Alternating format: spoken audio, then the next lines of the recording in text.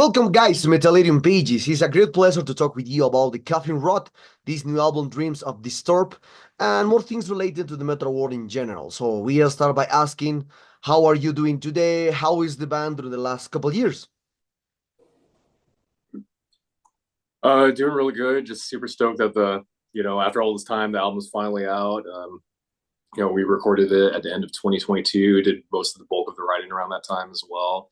Um, just, the mixing part of it took a long time just due to the fact that, like engineers and everything were already like stretched thin with tours and all that. So we're just finally just happy that it's out. Everybody can hear it. Yeah, super stoked. Band's been doing good too. Mm. Okay. So talking about from this new album, when did you start writing songs for this new album? Are all the songs new, or did you rescue any compositions that were left out for the previous ones? So the bulk of the writing took place as far back as 2020. Mhm. Lurking in the Cemetery was probably the first full song that we started working on for this record. Yeah, we started that towards the tail end of the pandemic, I believe. And then right when shows started happening again after like towards the tail end of 2021, that's when we started the bulk of the writing for the rest of the songs. So yeah, I think we finished up the writing process probably close to about I'll say the end of summer 2022, and we hit the studio around November of that year as well.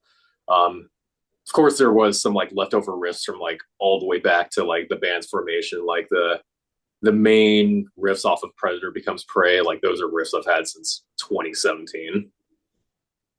Mhm. Okay. So your debut album received great reviews. After such a successful debut, do you feel any pressure to surprise what do you did on a moment to do that with the second album? Have there any change in your search have there been any changes in your songwriting process compared to your debut? I think with the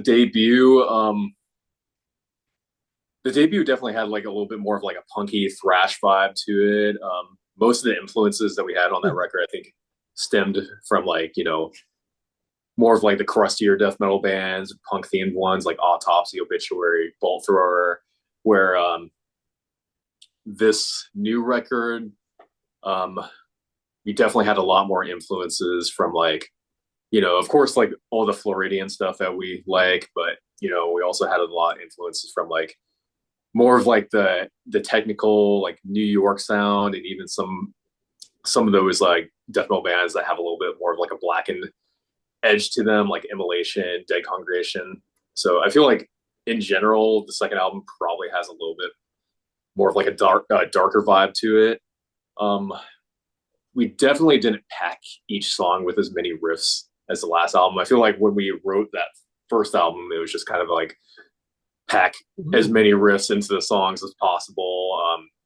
You know, I feel like it had a lot more tempo changes. Where this one, I feel like the songwriting was a little bit more focused. I feel like a lot of songs kind of just had like a central theme or like one central riff that we kind of just built off of. Um, Personally, as far as like song structures go, um, I'm a big fan of like, kind of like more epic, cinematic, or movie esque like song structures, like you'd hear from like maybe like a doom metal band like Candlemass, or like some old school black metal. Whereas the songs, they kind of instead of like the typical verse chorus structure, they have more of that build up to climax to resolution. So I feel like a lot of these songs we kind of just took that type of structuring and just applied it Mhm. to like you know a traditional death metal sound. Mhm. Okay, interesting. So many bands and musicians see each album as a child. Each one is special in its own way. So what makes this album special to you, and what that it bring us musically and lyrically? Lyrically, that would probably be a better question for our vocalist Hayden, but I have a little bit of insight into that. I feel like this album, from what he's mentioned, had a lot more like you know original stories versus like the first album. It had a lot more um, themes relating to like actual serial killers, where this one was just like, you know, a lot more like original ideas and stories. That also being said, this is probably the first album where we have one song that wasn't directly about like a serial killer, whereas the final song is about a Twilight Zone episode called The Howling Man. We even used samples from that episode too. Um, as far as the differences in riffs, I feel like this one had like a lot more of like my own personal influences on it. Um, I'm real big on some of the more like technical leaning death metal bands, not so much like over the top technical, but like some of those later era Morbid Angel records, like mid era Suffocation, moments kind of made a big impact on my writing for this record particularly. Mhm. Okay. So how do you choose the name of your album? It is a random, or do you try to convey something that encompasses the concept of the entire album? So, from my understanding, the name of the record originated from song lyrics, whereas you probably remember better than I do. Like Yeah, a monument to the dead came from a specific song lyric off the first album. we were either going to call the record The Hands of Death or Dreams of the Disturbed. And that was based off of lyrics, I think, from the Hands of Death track. So Hayden usually determines what the title is going to be, and we usually just pull it from a track. It's just like a line or something that sticks out that he thinks encompasses what the whole record's kind of about. Like Monument to the Dead, I think that was a line that was in Incubation of Madness from the first record, and that's where we pulled that title from. But yeah. Yeah, as far as the general theme of the songs go, it's split pretty 50-50. Like for the most part, I come up with the riffs and music, present it to the band, and Hayden comes up with the general theme, what the songs are going to be about, like what the lyrical direction is going to be. But the whole band still works as a democracy. I mean, everyone's got to say in how like the riff should be structured, or if like any riff should be cut out, or if anything should be like changed, etc. Okay, okay. I really like the album art of for this new one. So how do you choose your album art, and what are you trying to express with it? That's a me thing. With the first record, I had seen this band called Carnal Tomb. They put out a record on Testimony, and Scott Volder had done the album art for that. And when we were looking for artists, I was super into his style. So we had him do the first record, and he was originally going to do this record too. And like 4 months went by after he agreed to do it, and stuff came up. So he was no longer available. So I started looking into other artists that I really liked, and Wormwalk was the next one that I really wanted to use for something. And his style is kind of similar to Scott Volder's, so that's how we ended up going with him. And then Hayden, he came up with the concept for what the album cover was going to be, and based it off that Hands of Death track, about this like murder cult in Florida that was feeding the victims to gators or whatever. And um, essentially, once we figured out what the artist was going to be, we all started kind of chiming in on how we wanted the cover to look, as far as like what the robe dudes were going to look like, and how the sacrifice scene was going to look, and that sort of thing. Okay, okay. So how do you feel the reception of your fans to this new album has been so far? So what have the reviews been like? Do you usually read reviews or criticism that are uploaded online, and how do you take these reviews? Um, Personally, like as far the general consensus seems to be like this is a really, just a really good traditional death metal record. Not a whole lot of nuance in style, but really like all we tried doing with this record was just make another like just killer death metal record, just pulling influence from all the stuff that we want to listen to. I mean, in a nutshell, I'd say it's just we wrote a record that we would want to listen to, like what we look for in death metal records. I think, yeah, not a whole lot of like major criticism. I think the only criticism I've seen from like reviews has been like, some people looking for more nuances with like melodic guitars and all that, which, if you've listened to death metal for like 3 decades or so on, that's kind of understandable. But at the end of the day, I feel like we're all happy with the finished product. That being said, like my personal favorite reviews are probably the ones that are anything like 7 out of 10 or below, because I feel like those are the ones where I can definitely tell people really took the time to listen to the record, so they can kind of cherry pick every single detail. So I love seeing everybody give their input on that, like what they loved about the songs, what they wish the songs could have done, etc. But yeah. Okay, okay. So talking about the promotion for these new Dreams of Disturbed, so what kind of plans do you have for this new album? Perhaps you will embark in tours there over in Europe. You will release more videos. Who knows? What kind of plans do you have for the band and also this new album? I know next year, I think the first big thing we want to try working towards is doing at least a West Coast run to, you know, kind of just test the waters with the whole big touring cycle thing. We have a couple appearances here in Portland scheduled for the next couple months. We're doing a headlining slot at Metal Mania in Portland, which is this, really cool new type of show that they have been implementing, which is basically just a professional wrestling gig mixed with a heavy metal gig in between sets. So I'm super stoked to see how that plays out.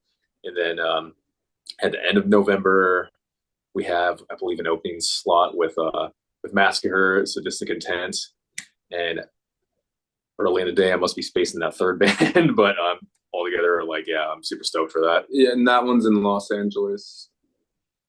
And then we have a couple other shows into next year that haven't been announced yet, but yeah, the big focus is on trying to actually go out and do some tours, or at least hit some major cities that are outside of the West Coast. Okay, okay, nice, nice. So as a young man, what inspired you to create new music and bet on new releases in digital age where you have hundreds of bands releasing albums every week or every weekend by now? So there is a lot of competition. So do you have to compete with a lot of bands? I mean, at this point, I feel like that's given too. I think we're just lucky that we do have a pretty good label that has pretty decent PR that's helping us get the album out there. So I feel like we are quite privileged in that aspect, especially in the digital age where being a band or releasing music is relatively easy now, especially with all these new DAWs and plugins. You can make a studio quality recording at home. It's just a matter of if your record is going to make a mark. So at this point, I'm just happy that we've had decent promotion with this record, and the last one, people are reviewing it. So hopefully it's just an up streak from there. Okay, okay. So we are very close to in this interview, guys, and for this, we are talking relating other kind of things. We spoke a lot about this new album, about the band a little more. So, and now we will speak about other kinds of things into the rock or metal in general. So I always consider that the rock or metal music is the music of the people that may age but keep the spirit young. So I listened to the latest records from the classic bands, and after decades, many of them managed or keep the energy on the last records. So, but to be realistic, nothing lasts forever. In your opinion, what do you think is going to happen when most classic bands that can perform in stadiums or will be retired? So, do you think that there are younger bands that can carry the torch on in that aspect? That's hard to say.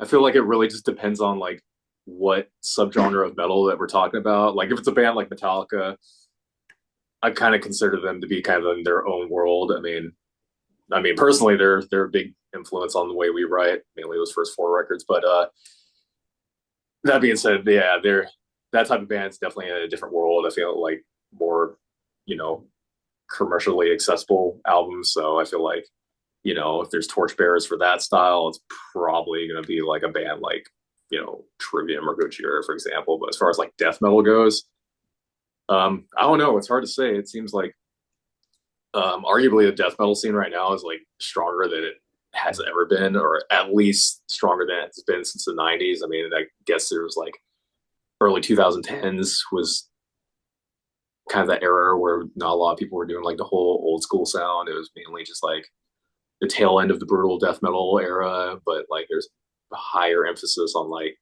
you know, technicality and theatricality.